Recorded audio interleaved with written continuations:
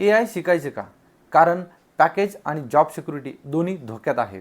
आजकालचे फ्रेशर्स आहेत जे किंवा एक्सपिरियन्स आहेत त्यांना असं वाटतं की ए आय जर मी शिकलो नाही तर माझा म्हणजे जॉब जाईल किंवा माझी जॉब सिक्युरिटी नसणार आहे किंवा मला आता ए आय लर्न करायला लागेल का? आणि ॲज अ फ्रेशरमध्ये असं आहे की मी जर ए आय लर्न नाही केलं तर मला जॉब भेटणार नाही.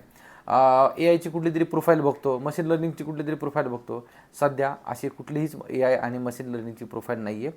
सो तुम्ही जे काम करताय, जे तुमची प्रोफाईल आहे, जे तुमचा प्रोजेक्ट आहे, त्यामध्ये फक्त ए आयला तुम्हाला काय करायचं आहे, इन्व्हॉल्व करायचं आहे. ए आयचे काही टूल्स आहेत त्याला तुम्हाला तुमच्या कामामध्ये यूज करायचं आहे, डे टू डेमध्ये तुम्हाला यूज करायचं आहे. त्यांनी काय होणार आहे, त्यांनी प्रोडक्टिव्हिटी वाढेल, त्यानंतर तुमची जी काही सॅलरी आहे ते पण वाढेल. बेसिक ऑफ कोडिंग म्हणा, तुमचं जे काही छोटे छोटे गोष्टी आहेत लॉजिक हे ते त्याला हेल्प करेल ते. असं नाही की तुम्ही जर ॲज अ फ्रेशर असाल ना तर तुमचा रिझ्यूम तुम्ही ए आय थ्रू एक ATS फ्रेंडली रिझ्यूम बनवू शकता. ए आय थ्रू तुम्ही काही छोटे छोटे गोष्टी पायथन मशीन